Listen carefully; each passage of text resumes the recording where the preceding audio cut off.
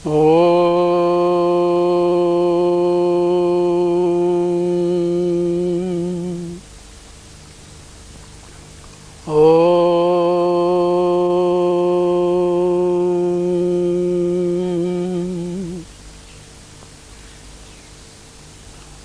यो ह वै श्रीरामचंद्रः स भगवान् अद्वैत परमानंदात्मा यत्परब्रह्मो भूर्भुवः स्वः तस्मै वै नमो नमः। ओम विश्वानदेव सवितुर्दुरितानि परासुव यद्भद्रं तन्यासुव। ओम यस्मिन् सर्वं यतो सर्वं यः सर्वं सर्वतश्च यः यस्य सर्वमयो नित्यं तस्मै सर्वात्मने नमः। तस्मै सर्वात्मने नमः। ओम। मेरी प्रिय आत्माओं, आप लोगों को मैंने इससे पूर्व यह बात समझाई है कि शाश्वत सनातन धर्म का मूल आधार दर्शन और नीति।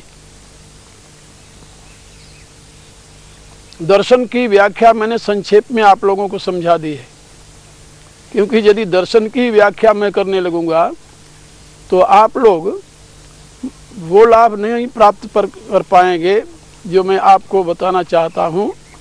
दर्शन का विषय कठिन भी है, सरल भी है। जो लोग बुद्धि प्रधान हैं उनके लिए सरल है, जो लोग हृदय प्रधान हैं उनके लिए थोड़ा कठिन लगती है, क्योंकि हृदय में ज़्यादा करके भावुकता का प्रकाश होता है और बुद्धि में विवेक का। विवेकशील व्यक्तियों के लिए दर्शन उपयोगी है, लेकिन जो भाव प्रधान हैं वो दर्शन से थोड़ा कतराते हैं, दूर भगते हैं। यद्यपि मैं समझता हूँ कि दुनिया में जितने कहीं मानव समाज हमने देखा है, जितने मनुष्य हैं, सबके पास परमात्मा ने तीन शक्तियाँ दी हैं। बुद्धि दी है, हृदय दिया है और हाथ दिया है। बुद्धि प्रथम है, हृदय दूसरे स्थान पर है और हाथ तीसरे स्थान पर है। इसका अभिप्राय होता है बुद्धि से विचार करो, हृदय से स्वीकार करो, हाथ से कर्म करो। कर्म में प्रवृत्त होने से पूर्व हृदय की स्वीकृति आवश्यक है और हृदय से मानने से पूर्व बुद्धि का विश्लेषण आवश्यक है। तो बुद्धि जिसे विश्लेषित करती है, जिसका एनालिसिस करती है, जिसकी मीमांसा करती है, वही तो दर्शन शब्द से अभिहित किया जाता है। इसलिए हर एक व्यक्ति को दार्शनिक होना चाहिए, हर एक व्यक्ति को भावुक होना चाहिए, हर एक व्यक्ति को कर्मशील होना चाहिए। यही त्रिविध विज्ञान हमारे यहाँ वैदिक विज्ञान के नाम से कहा जाता है। जो मैंने आपको पूर्व में बताया था कि आरंभवाद में ईश्वर, जीव और जगत की सत्ता स्वीकार की जाती है, क्योंकि ये साधना का आरंभ यहीं से होता है। यदि आप अपने आप को स्वीकार न करें, अपनी सत्ता स्वीकार न करें, तो आप कभी साधना में प्रवृत्त हो ही नहीं सकते। यदि आप जगत की सत्ता स्वीकार न करें, तब भी आपको साधना की आवश्यकता नहीं होती। यदि आप जगदीश की सत्ता स्वीकार न करें, तब भी आपको साधना की आवश्यकता नहीं होती, क्योंकि यदि जगत और जीव दो ही हैं और जीव पराधीन है, परतंत्र है, जगत के संपूर्ण क्लेशों को सहन करने के लिए वह विवश है और उसका कोई उपाय नहीं है, उससे छूटने कोई तरीका नहीं है, फिर तो साधना की आवश्यकता ही नहीं। फिर जिस प्रकार से वो जी रहा है वैसे जीता रहेगा, जिस प्रकार से वह दुख भोग रहा भोगता रहेगा। इसका अभिप्राय ये है कि जगत और जीव से परे एक और सत्ता है जिसको जगदीश कहते हैं, जो इन दोनों का आधार है। यदि उसका यथार्थ बोध हो जाए, उसकी उपासना में, उसकी साधना में, उसकी आराधना में, उसके पूजन में प्रवृत्त होकर के जीव स्वयं में महान शक्ति का संग्रह कर ले, योग्यता का संग्रह कर ले, सामर्थ्य का संग्रह कर ले, तो उसमें इतनी क्षमता आ जाती है कि वह जगत के प्रवाह से विमुक्त हो सकता है। यही तो प्रयोजन है त्रैतवाद का। तो यहाँ से स्वीकार करना होता है उस तीसरी सत्ता को। ये केवल कल्पना से नहीं स्वीकार करना होता, बल्कि तर्क से, युक्ति से, अनुमान से। तर्क इसमें क्या है? तर्क ये है कि जो कुछ भी आपको दृश्य दिखाई दे रहा है ये सब नाशवान है, यद दृष्टम तद नष्टम, ये तो आप जानते हैं। नाश शब्द का अर्थ किसी सत्ता का अभाव नहीं होता। नाश शब्द का अर्थ होता है कार्य का कारण में लीन होना, नाशो कारण लय।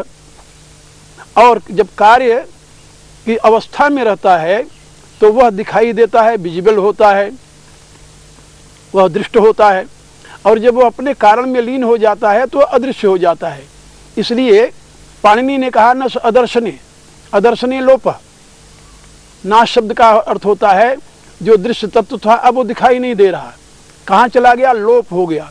किसमें लोप हो गया? अपने कारण में लीन हो गया, लोप हो गया, इसलिए दिखाई नहीं दे रहा हो। तो कार्य का कारण में लीन हो जाना अदर्शन है, और कारण से कार्य का पुनः आविर्भाव हो जाना दर्शन है। इससे आप लोग समझ गए होंगे कि जो तत्व कारण में लीन होने वाला है वह स्वयं में कार्य है, कारण नहीं है। और कार्य होने के नाते ही वह उसमें लीन होता है, कारण में विनष्ट होता है, कारण में स्वयं को डिसॉल्व कर देता है। अब आप देखिए कि जगत का जो स्वरूप आपके सामने है, सर्वत्र सीमा दिखाई देगी। जो सीमा है वह तो कारण हो नहीं सकता, क्योंकि कारण तो असीम होता है, अनंत होता है, एक होता है, अद्वय होता है। ऐसा वैज्ञानिक भी मानते हैं। तो इसका अभिप्राय कि जो दृश्य है वो कार्य है, कारण नहीं, इसलिए अपने कारण में लीन होता है। अच्छा, आप बताइए, आपका ये जो चेतन है, ये आपकी जो आत्मा है, ये स्वयं में कार्य है या कारण? यदि ये कार्य है तब तो इसका भी कोई कारण होना चाहिए जिसमें अंततोगत्वा यह भी लीन हो जाए। और यदि स्वयं में कारण है तो कारण होते हुए अनेकता की अनुभूति कैसे हो सकती है? कारण अनेक कैसे हो सकता है? और कारण एक ही सत्ता अनेक कारण के रूप में अवस्थित हो, ये तो असंभव है, सर्वथा अवैज्ञानिक विचार है। ये तो विवेकहीन है, तर्कहीन है, युक्तिहीन है, प्रमाणहीन है और विज्ञान विरुद्ध है। इसलिए आपके इस शरीर को प्रकाशित करने वाला जो चेतन है, चिदांश है, वो भी किसी की अभिव्यक्ति है, वह उस ब्रह्म की विशिष्टा अभिव्यक्ति है, इसलिए उसे विवर्त कहते हैं। ये विवर्तवाद की यही प्रतिष्ठा, यही आधारशिला है। तो मैं आप लोगों को केवल ये बता रहा था कि जो कुछ दृश्य दिखाई दे रहा है ये कार्य है, कारण नहीं है। इसका जो कारण है उसी को हम जगदीश कह देते हैं। अब इस आधार पर आप इसको स्वीकार करेंगे कि जगत है, जीव है, और इन दोनों का मूल आधार जगदीश है, कारण है। अब इन तीनों के प्रकाश में जब आप साधना की ओर आगे बढ़ते हैं तो आपके सामने ये तीन अवयव मिलते हैं। बुद्धि के द्वारा आप इस सत्य को समझें, हृदय के द्वारा उस कारण को स्वीकार करें, और अपने प्रयत्न के द्वारा स्वयं को उस कारण में विलीन करें। यही कर्म विज्ञान, भाव विज्ञान भक्ति जिसे कहते हैं, और तत्व विज्ञान जिसे ज्ञान कहते हैं, तीनों का प्रयोजन है। अब ये जो संदेश वेद ने दिया वह केवल हिंदुओं के लिए है क्या? क्या दुनिया में केवल हिंदू हैं जिसके पास बुद्धि है, हृदय है और हाथ है, अन्य मनुष्यों के पास नहीं है? ऐसा तो मैंने देखा नहीं। मैं सारी दुनिया का भ्रमण कर चुका हूँ, एक बार नहीं कई बार। जहाँ भी मैं गया, जहाँ भी मुझे मनुष्य मिला, सब जगह उसके पास ये तीन साधन हमें दिखाई दिए, बुद्धि, हृदय और हाथ, जिसको अंग्रेजी भाषा में हेड, हार्ट और हैंड्स कहते हैं। एक कर्म का आधार है, दूसरा प्रेम का आधार है, तीसरा ज्ञान का आधार है। इसी आधार पर हमारा सिद्धांत है बोध, प्रेम, सेवा। बुद्धि बोध के लिए है, हृदय प्रेम के लिए है और हाथ सेवा के लिए है। यदि इसको इस क्रम से देखा जाए तो आप समझ जाएंगे कि ये शाश्वत सनातन धर्म मानव मात्र के लिए जीवन विकास का मार्ग प्रशस्त करता है। जैसा कि मैंने पहले बताया है कि वर्तमान में जो मानव समाज अनेक भागों में बटा हुआ है, रिलीजन के नाम पर, मजहब के नाम पर, पंथ के नाम पर या भिन्न भिन्न नामों से, ये सब बहुत बाद की देन है। क्या आप बता सकते हैं कि 1400 वर्षों से पूर्व कहीं इस्लाम का अस्तित्व था? क्या आप बता सकते हैं कि 2000 वर्षों से पूर्व कहीं ईसाईयत का अस्तित्व था? क्या आप बता सकते हैं कि 3000 या 4000 वर्षों से पूर्व कहीं जुडाइज्म का अस्तित्व था? क्या आप बता सकते हैं कि 4-5 हजार पहले कहीं पारसीइज्म का अस्तित्व था? नहीं था। ये सारा मानव समाज एक ही आराध्य की आराधना करता था और सबके हृदय में एक ही आराध्य के प्रति आस्था थी और उस आराध्य को हमने प्रकाश का पुंज स्वीकार किया। आप लोग जानते हैं, अब पश्चिम के कुछ विद्वान अपने मूल धर्म की खोज में लगे हैं। क्रिश्चियनिटी तो 9वीं सदी में पश्चिम में पहुंची, यूरोप में। इससे पहले वहाँ का धर्म क्या था, इसका अनुसंधान अब हो रहा। वहाँ पर कुछ विद्वान क्रिश्चियनिटी से मुक्त होने के लिए, इसके अंधविश्वास से अपने आप को अलग करने के लिए अपने ओरिजिन की तलाश कर रहे हैं, अपने कारण की तलाश कर रहे हैं। और उन्होंने ये पाया कि इसके पूर्व में उनके पूर्वज सूर्य के उपासक थे, सूर्य की आराधना करते थे और सूर्य को ही अंग्रेजी में अपोलो कहा जाता है। आप लोगों ने नाम सुना होगा, अपोलो एक शब्द, ये सूर्य का नाम है। तो सूर्य ही अपोलो है। अपोलो की उपासना करते थे वो लोग, सूर्य की उपासना करते थे। और आपको ये पता है कि वैदिक धर्म जो है ये सूर्य की उपासना पर ही प्रतिष्ठित है, क्योंकि वैदिक धर्म ये स्वीकार करता है कि यहाँ पर जितना ज्ञान का प्रकाश है, चेतन का प्रकाश है, वह सब सूर्य से है। ऋग्वेद की घोषणा है, सूर्यो आत्मा जगतस्थस्य, जो जड़ और चेतन है सबकी आत्मा सूर्य है। यदि सूर्य न हो तो इस पृथ्वी पर प्रकाश नहीं हो सकता, जीवन नहीं हो सकता। सूर्य न हो तो हमें ऑक्सीजन नहीं मिल सकता, हम एक क्षण जी नहीं सकते। तो सारा मानव समाज सूर्य की आराधना करता था। आज भी हर एक हिंदू बालक को सबसे पहले गायत्री मंत्र की शिक्षा दी जाती है। गायत्री मंत्र क्या है? सूर्य की आराधना। तत्सवितुः वरेण्यं भर्गो देवस्य धीमहि धियो यो न प्रचोदयात्। हम उस सविता की आराधना करते हैं, उसका वर्ण करते हैं, उसके प्रकाश का ध्यान करते हैं। किस लिए प्रकाश का ध्यान करते हैं? धियो यो न प्रचोदयात्, हम सबकी बुद्धियों को प्रेरित करें। हम व्यष्टि भाव के उपासक नहीं हैं। याद रखिए, वेद के मंत्रों में जितनी प्रार्थनाएं हैं ये व्यष्टि भाव से अभिभूत नहीं है, ये समष्टि भाव से अभिभूत हैं। उसमें न शब्द का प्रयोग है। धियो यो न प्रचोदयात् का अर्थ होता है हम सबकी बुद्धियों का वह संचालन करें। तो हम सबकी बुद्धियों का संचालन करने की जो हमारी प्रार्थना है उस सूर्य देव से, उस परम प्रकाश देव से, ये मानव मात्र के लिए है, केवल अपने लिए नहीं है। इसी आधार पर कभी सारे विश्व के मानव उसी वैदिक विज्ञान के अनुयायी थे, क्योंकि वैदिक विज्ञान के प्रकाश में ही मानव मात्र को ज्ञान की शिक्षा मिली है। और सारा समाज, सारा मानव समाज इसी प्रकार से उसी एक परम देव की आराधना करता हुआ सुख शांति का भाजन बना हुआ था। लेकिन जब से ये अनेकों मजहब और पंथ और रिलीजन आदि उत्पन्न हुए, ये व्यक्तिवाद को जन्म दिया और व्यक्तिवाद के साथ उनकी अंध मान्यताओं को स्वीकार करके लोगों ने उसका अंधानुकरण प्रारंभ कर दिया, तभी से मानव समाज में विघटन आ गया। आज भी यदि विज्ञान के प्रकाश में मानव सत्य की खोज करने लगे तो आज भी उसे यही महसूस होगा कि जब तक हम इन मूल तत्वों के संबंध में पूरा ज्ञान प्राप्त नहीं करते, जब तक इनके प्रकाश में हम अपने जीवन के विकास की विधा नहीं अपनाते, तब तक मानव समाज में सुख और शांति की प्रतिष्ठा नहीं हो सकती। हिंदू समाज किसी व्यक्ति की पूजा नहीं करता। मैंने पहले आप लोगों को बताया है कि हम ब्रह्मवादी हैं, व्यक्तिवादी नहीं हैं। हम बहुदेववादी नहीं हैं, एक देववादी हैं। एको देवः सर्वभूतेषु गूढ़ः सर्वव्यापी सर्वभूतांतरात्मा कर्माध्यक्ष सर्वभूताधिवासो साक्षी चेता केवलो निर्गुणस्य, ये वेद का वाक्य है। देव एक है, अनेक नहीं है। एक ही देव अनेक देवताओं के माध्यम से अपनी शक्ति को प्रकाशित कर रहा है। इसलिए हमें जिस प्रकार की शक्ति की आवश्यकता होती है उस देवता के माध्यम से हम उस देव की आराधना करते हैं। ये हमारा सिद्धांत है। तो मेरे कहने का अभिप्राय कि ये जितने वर्तमान के तथाकथित मानव समाज को विभाजित करने वाले रिलीजन, पंथ व मजहब व अन्य संप्रदाय हैं, इनकी प्रतिष्ठा विश्वास पर हुई है। इनके पीछे कोई दर्शन या इनके पीछे कोई नीति का दर्शन आप करना चाहें तो असंभव होगा आपको, क्योंकि इनके मूल ग्रंथों को पढ़िए, वहां न दर्शन है न नीति है। इसलिए मैं आप लोगों को बता रहा था कि यह शाश्वत सनातन धर्म मानव मात्र का धर्म है, ये हिंदुओं का ही धर्म नहीं है। हाँ, सौभाग्य से कुछ शताब्दियों से हिंदुओं ने इसे सुरक्षित रखा और इसलिए वह आज हिंदू धर्म के नाम से जाना जाता है। लेकिन वैदिक धर्म हिंदू धर्म नहीं है, वो मानव धर्म है। मेरे कहने का अभिप्राय केवल इतना ही है।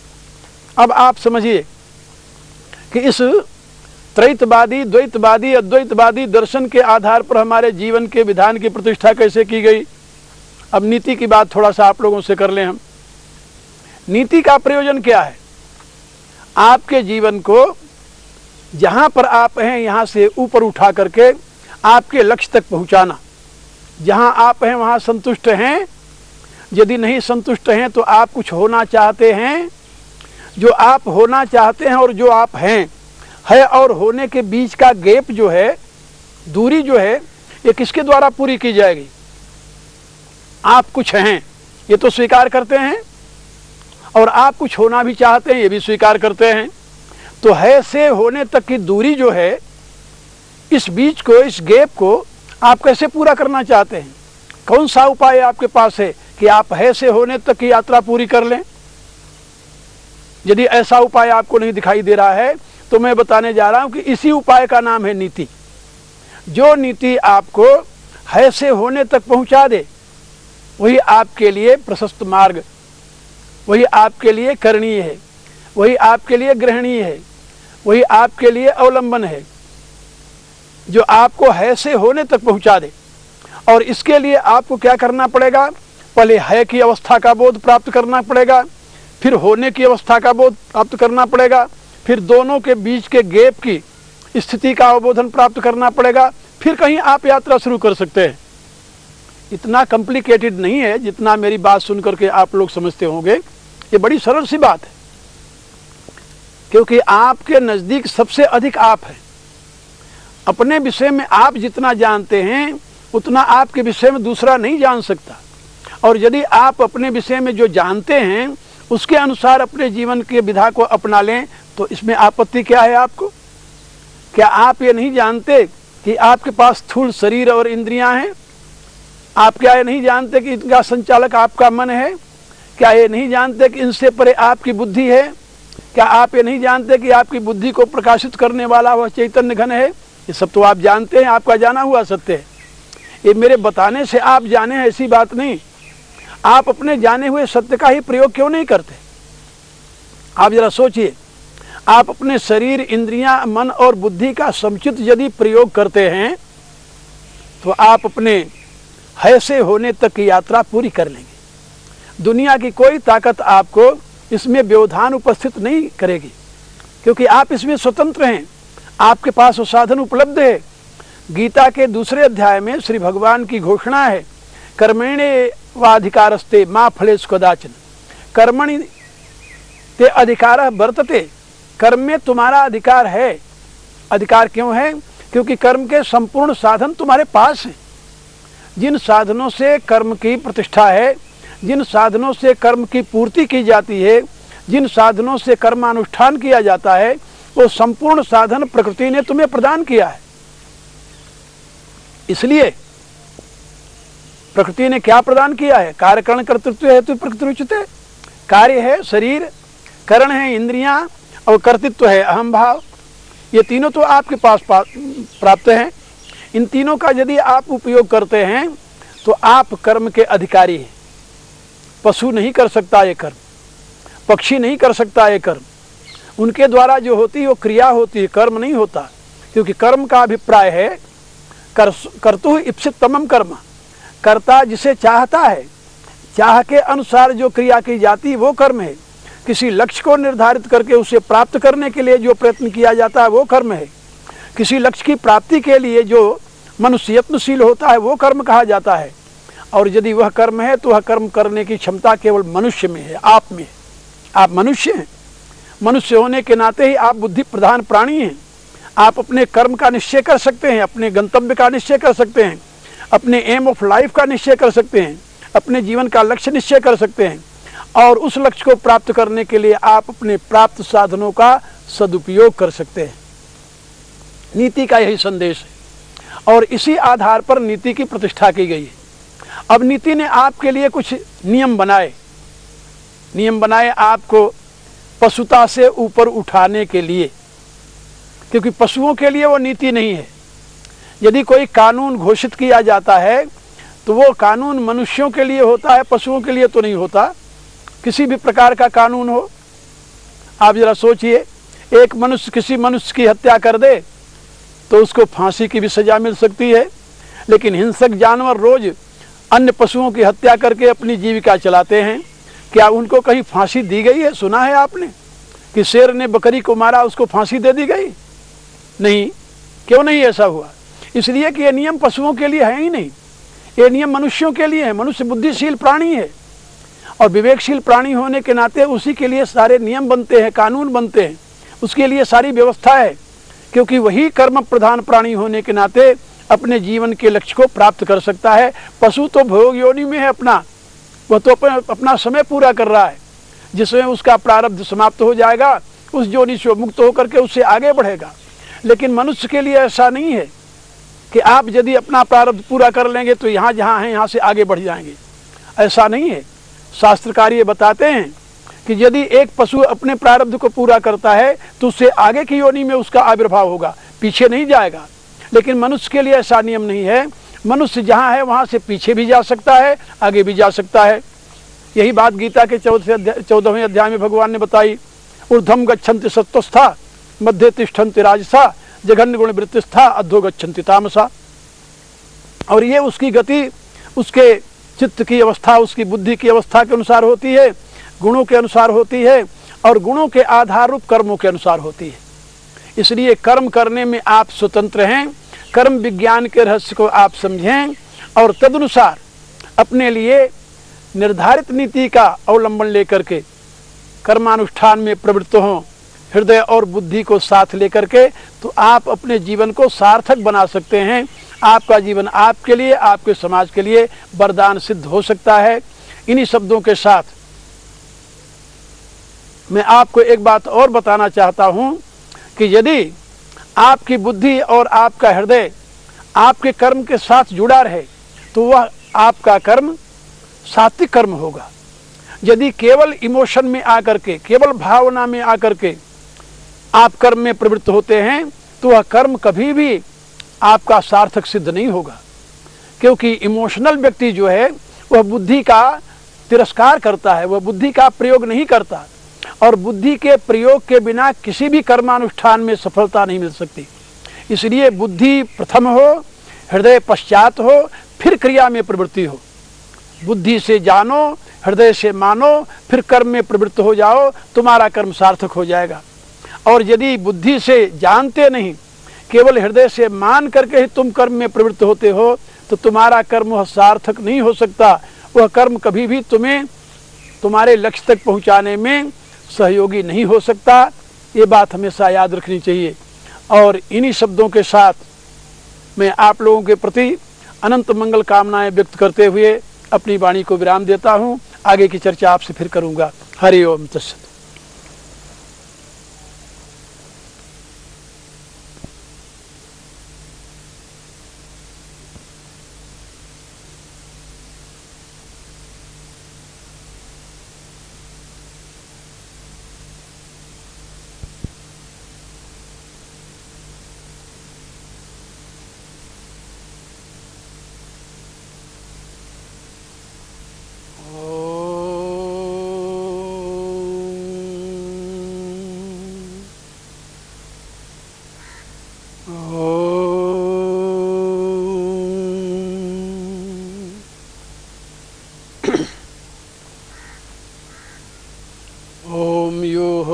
श्री रामचंद्र स भगवान अद्वैत परमानंदात्मा यत्पर ब्रह्म भर्भुवस्वः तस्मै वै नमो नमः। ओम विश्वानिदेव सवितुर्दुरितानि परास्व यद्भद्रं तन्यास्व। ओम यस्मिन् सर्वं यतो सर्वं यः सर्वं सर्वतश्च यः यस्य सर्वमयो नित्यं तस्मै सर्वात्मने नमः। तस्मै सर्वात्मने नमः। ओम। परावर रूप में उपस्थित मेरी प्रिय आत्माओं, इससे पूर्व मैंने आप लोगों को बहुत सी बातें बताई है। और यह भी बताया है कि शाश्वत सनातन धर्म ही मानव धर्म है। मानव के सर्वतोमुखी विकास के लिए वही एक ऐसा मार्ग प्रशस्त करता है जिसमें मानव अपनी बुद्धि, हृदय और क्रिया शक्ति तीनों का समुचित प्रयोग कर पाता है। अन्य विचारधाराओं में आपको इसका समन्वय नहीं मिलेगा। यह बात याद रखना। श्रीमद् भगवद गीता में जहाँ पर भगवान ने कर्म योग की बात कही है, उसमें बोध और प्रेम के साथ सेवा वृत्ति ही कर्म योग में हेतु है, कर्म योग का स्वरूप है। जहाँ बोध है, प्रेम है और सेवा की भावना है, वहीं कर्म योग की प्रतिष्ठा है। जहाँ बोध नहीं है, प्रेम नहीं है, केवल क्रिया में प्रवृत्ति है, वह कर्म योग नहीं है। जहाँ बोध नहीं है, केवल भाव है और क्रिया है, वहाँ भी कर्म योग नहीं है। इन दोनों में अंतर क्या है? जो केवल कामना द्वारा प्रेरित होकर के किया जाता है, इमोशन द्वारा प्रेरित होकर किया जाता है, उसको हमारे यहाँ कर्म भोग कहते हैं। क्योंकि हृदय जो है वो अनेक प्रकार की आकांक्षाओं का स्रोत है। उसमें कितनी प्रकार की कामनाएं हैं जिसकी आप कल्पना नहीं कर सकते। उन कामनाओं की पूर्ति का कहीं सीमा नहीं, कोई सीमा नहीं है। दुनिया में आज दिन तक ऐसा कोई व्यक्ति नहीं हुआ है जो अपनी सारी कामनाओं को पूर्ण कर सका हो। ये कामनाएं पूर्ण नहीं की जाती, इनको कंट्रोल किया जाता है, इनको संयमित किया जाता है, इनको नियमित किया जाता है। और कामनाओं को नियमित करने की क्षमता जो है वो केवल आपकी बुद्धि में है। आप अपनी बुद्धि का प्रयोग करके जिन पदार्थों के लिए, जिन तत्वों के लिए, जिन वस्तुओं के लिए कर्म में प्रवृत्त होते हैं, पहले उसका ज्ञान प्राप्त करें, उसकी उपयोगिता को समझें। पहले ये जानें कि उन पदार्थों के बिना आपका जीवन सुखी रह सकता है कि नहीं। आपको ये भी जानना पड़ेगा कि क्या वे पदार्थ आपके लिए सुख के हेतु बन सकते हैं? क्या वह वस्तु और व्यक्ति आपके सुख में सहयोगी बन सकता है, जिसके लिए आप सतत प्रयत्नशील हैं, जिसको प्राप्त करने के लिए आप कर्म में प्रवृत्त होते हैं? और यदि ऐसा नहीं है तो ये बात याद रखना कि आपका वह प्रयत्न जो कामना द्वारा प्रेरित होकर के किया जा रहा है, वह आपको कुछ मात्रा में भोग तो दे सकता है, कर्म भोगी तो बना सकता है, लेकिन कर्म योगी नहीं बना सकता। कर्म योग का लक्ष्य है उस परम तत्व तक पहुंचने का प्रयत्न, अथवा उस परम तत्व की अनुभूति, उस परम तत्व से अभिन्नता। ये कर्म योग का लक्ष्य है। कर्मयोग आपको उसी रास्ते पर ले जाता है। स्वकर्मात्म अभ्यर्च सिद्धिं विन्दति मानवः। भगवान ने स्पष्ट शब्दों में घोषित किया है कि अपने दैनिक कर्मों द्वारा उस परमेश्वर की अर्चना करके, सेवा करके, पूजा करके मनुष्य परम सिद्धि रूपी मोक्ष को प्राप्त कर लेता है। लेकिन कर्म भोग का ये लक्ष्य नहीं है। कर्म भोग का तो लक्ष्य है कि मनुष्य किस प्रकार से अपने कर्मों के द्वारा प्राप्त हुए फल का उपभोग करे। कर्म भोग आपको उस लक्ष्य की ओर नहीं ले जाता। कर्म भोग आपको संसार में भटकाता है और कर्म योग आपको परमात्मा की तरफ ले जाता है, आपके जीवन के स्रोत की तरफ ले जाता है। और कर्म भोग की उत्पत्ति हृदय प्रधान जीवन से होती है, क्योंकि हृदय ही कामनाओं का निवास स्थान है। हमारे यहाँ बुद्धि और मन ये दो शब्द प्रयोग किए जाते हैं। मन संकल्पात्मक है, अनेक प्रकार की कामनाओं को जन्म देता है, और बुद्धि विवेकात्मक है, वह सत्य का निर्णय करती है, अध्यवसायिका है, सत्य का निर्णय करती है। भगवान कपिल ने अपने सिद्धांत में बात समझाई है कि विशुद्ध बुद्धि के प्रकाश में ही धर्म, ज्ञान, वैराग्य और ऐश्वर्य की उपलब्धि होती है। यदि मनुष्य के पास विशुद्ध बुद्धि हो जाए तो वह धर्मात्मा बन जाता है, वह ज्ञानी हो जाता है, वह संसार से अनासक्त हो जाता है और वह ईश्वर भाव में प्रतिष्ठित हो जाता है। उसमें जीव भाव समाप्त हो जाता है, क्योंकि ईश्वर भाव में प्रतिष्ठा ये विशुद्ध बुद्धि का ही परिणाम है। इसलिए मैं आप लोगों को बता रहा था कि ये जो विशुद्ध बुद्धि की प्राप्ति का मार्ग है, इसी को हमारे यहाँ कर्मयोग की संज्ञा दी गई है। विशुद्ध बुद्धि के द्वारा ही आप अपने जीवन के लक्ष्य को प्राप्त कर सकते हैं। बुद्धि विशुद्ध कब होती है? जब वह मन के संकल्प विकल्पों से विरत हो जाए, या जब मन बुद्धि में लीन हो जाए, अन्यथा बुद्धि विशुद्ध नहीं होती। मन की कल्पनाएं चलती रहें तो बुद्धि में विशुद्धता नहीं आती, बुद्धि स्थिर नहीं होती, बुद्धि स्टेबल नहीं होती, स्थित प्रज्ञता को प्राप्त नहीं कर सकता मानव। इसलिए सबसे पहले अपने बुद्धि को विशुद्ध बनाने का प्रयत्न करना चाहिए। कर्मयोग की पहली शर्त है कि तुम अपने विशुद्ध बुद्धि को विशुद्ध बनाओ। तुम्हारी बुद्धि विशुद्ध होनी चाहिए। अब नीति शास्त्र ने बताया कि बुद्धि को विशुद्ध करने के लिए कौन से साधन हैं।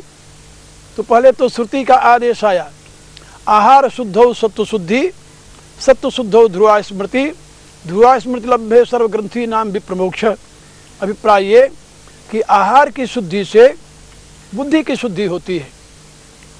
आहार माने जो कुछ भी आप बाहर से ग्रहण करते हैं उसको आहार कहते हैं।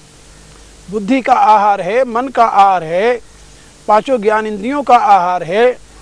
इन सबके द्वारा जो कुछ बाहर से ग्रहण कर रहे हैं इसकी संज्ञा है आहार।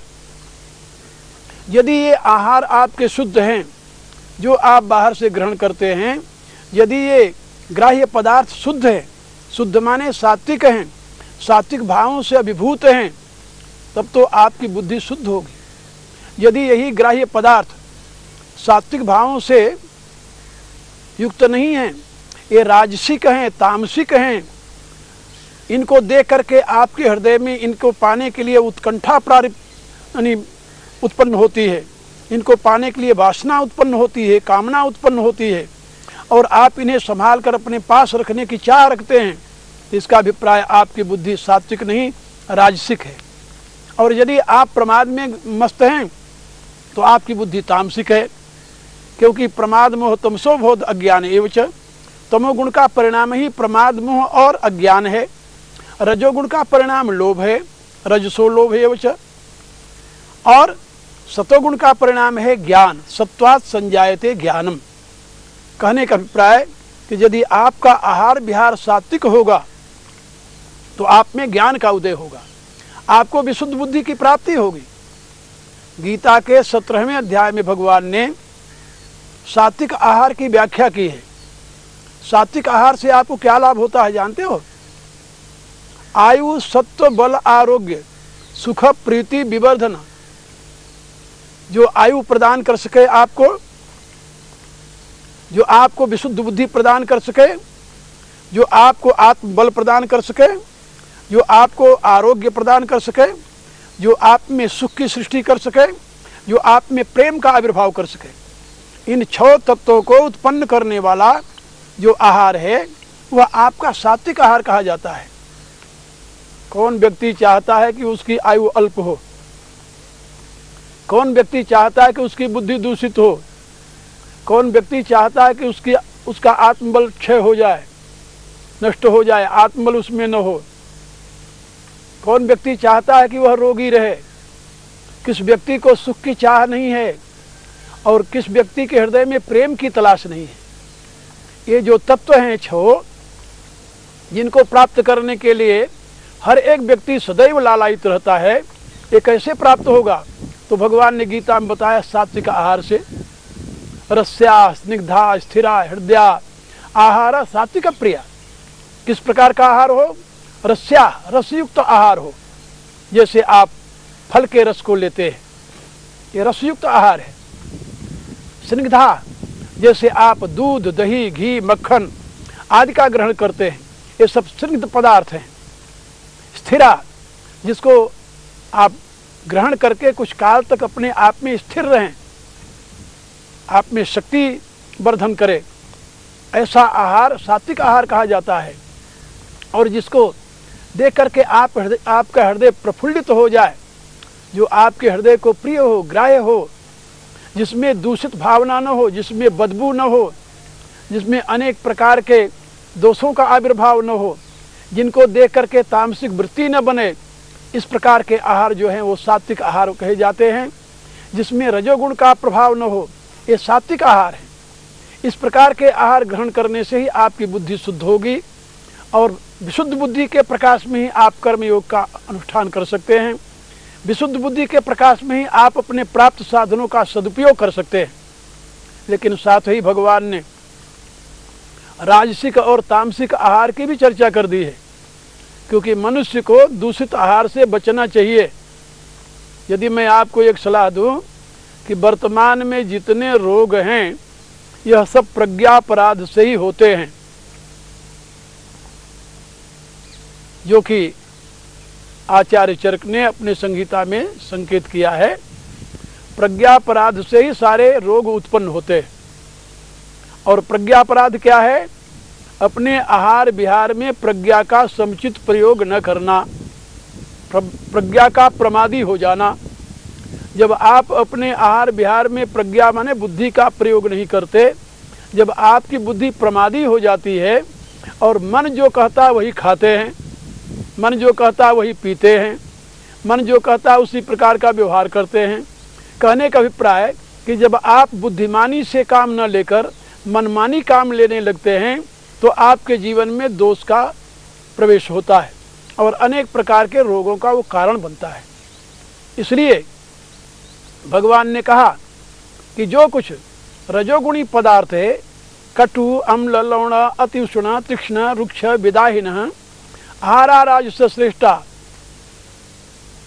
ये रजोगुणी व्यक्तियों के लिए श्रेष्ठ आहार कहे गए हैं। और इनका परिणाम क्या है? शोक आमय और रोग। आमय को ही रोग कहते हैं, दुख शोक आमय प्रदा। ये दुख देते हैं, सुख देते हैं और रोग देते हैं। तो राजसिक आहार जो है, आजकल तो चारों तरफ राजसिक आहार का ही प्रभुत्व चल रहा है। आप देखिए, किसी से कहिए भाई सवेरे सवेरे दूध पिया कीजिए, कहता नहीं बिना चाय के तो हमारा काम नहीं चलता। अब चाय जो है राजसिक आहार है, दूध जो है सात्विक आहार है। केवल राजसिक नहीं हो तो तामसिक भी है, उसमें तमोगुण की भी वृद्धि होती है, लेकिन लोगों की वृत्ति बन गई है। यहाँ तक कि मैंने देखा है छोटे छोटे बच्चों को भी दूध न पिला करके उसमें चाय मिलाकर लोग पिलाते हैं। कहते हैं इसके बिना इसका स्वास्थ्य ठीक नहीं रहता। किसी डॉक्टर के पास जाइए तो बताएगा कि आपका बच्चा कमजोर है तो इसे अंडे खिलाइए। भला सोचिए, पश्चिम के वैज्ञानिकों ने अनुसंधान करके बताया है कि अंडे में एक ऐसा तत्व है जो मनुष्य के नर्वस सिस्टम को कमजोर कर देता है। उसमें चिड़चिड़ापन आता है, उसका नर्वस सिस्टम बहुत कमजोर होने के नाते डिप्रेशन आता है, अनेक प्रकार के रोगों को जन्म देता है।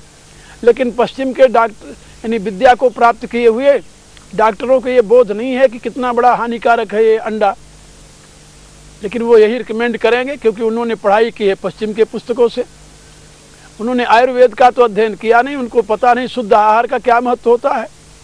इसी प्रकार से और भी कई उपाय हैं, और भी कई हेतु हैं जिसके विषय में आप विशेष रूप से जानते भी हैं, मुझे बताने की जरूरत नहीं है। मनुष्य स्वभावतः शाकाहारी प्राणी है, वो मांसाहारी प्राणी नहीं है।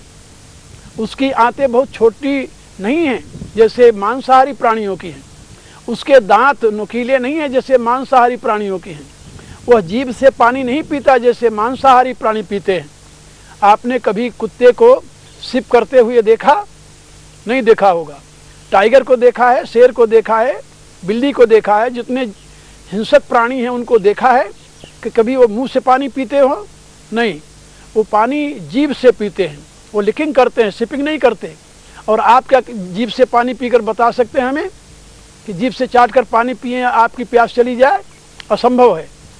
कहने का अभिप्राय कि जैसे शाकाहारी पशु मुंह से पानी पीता है, ऐसे आप भी मुंह से पानी पीते हैं। आपके दांत शाकाहारी पशुओं के समान फेट हैं, इसी रूप से आपकी आंतें शाकाहारी पशुओं के समान लंबी हैं। तो आपके दांत, आपकी आंत, आपकी यानी खाने पीने की प्रक्रिया ये बताती है कि आप वाइल्ड एनिमल नहीं हैं, आप वाइल्ड एनिमल नहीं हैं, आप हिंसक जंतु नहीं हैं। इसलिए मांस आपके लिए आहार नहीं है। लेकिन दूषित बुद्धि का परिणाम, लोग समझते हैं कि जो मांस नहीं खाते वो तो पिछड़े वर्ग के लोग हैं, जो समझते हैं कि शराब नहीं पीते वो पिछड़े वर्ग के लोग हैं। भला आप सोचिए, शराब क्या चीज़ है जिसको लोग पीते हैं? किसी मीठी पदार्थ को, जैसे आप कह दीजिए कि ये तो अंगूर है, अंगूर को ही समझ लीजिए, एक पात्र में रख देते हैं, उसमें कुछ ऐसी वस्तु डाल देते हैं जिसमें वो सड़े, सड़ने के बाद वो फर्टाइल कहते, फर्टाइल हो गया, माने उसमें कीड़े पड़ गए। जब कीड़े उसमें पड़ गए, सारे कीड़े बिजबिजाने लगे उसमें सफ़ेद सफ़ेद, तब उसके नीचे भट्टी लगा दी, उसको ले जाकर भट्टी पर रख दिया, आग लगा दी। जब वो उबलने लगा तो उसमें एक ऊपर पाइप लगा दी और उसका एसेंस जो है, जूस जो है, वह उस पाइप के द्वारा आकर बोतल में गिरता है या पदार्थ में गिरता है, किसी पात्र में गिरता है, वो बनती है शराब। अब आप बताइए, एक फल आपको खाने के लिए दिया जाए और फल को काटिए, उसमें छोटा सा कीड़ा रेंगता हुआ दिखाई दे, क्या आप उस फल को खाएंगे? नहीं खाएंगे, आप उसे फेंक देंगे, कहेंगे सड़ा हुआ है। लेकिन जो व्यक्ति शराब पीता है वो क्या करता है?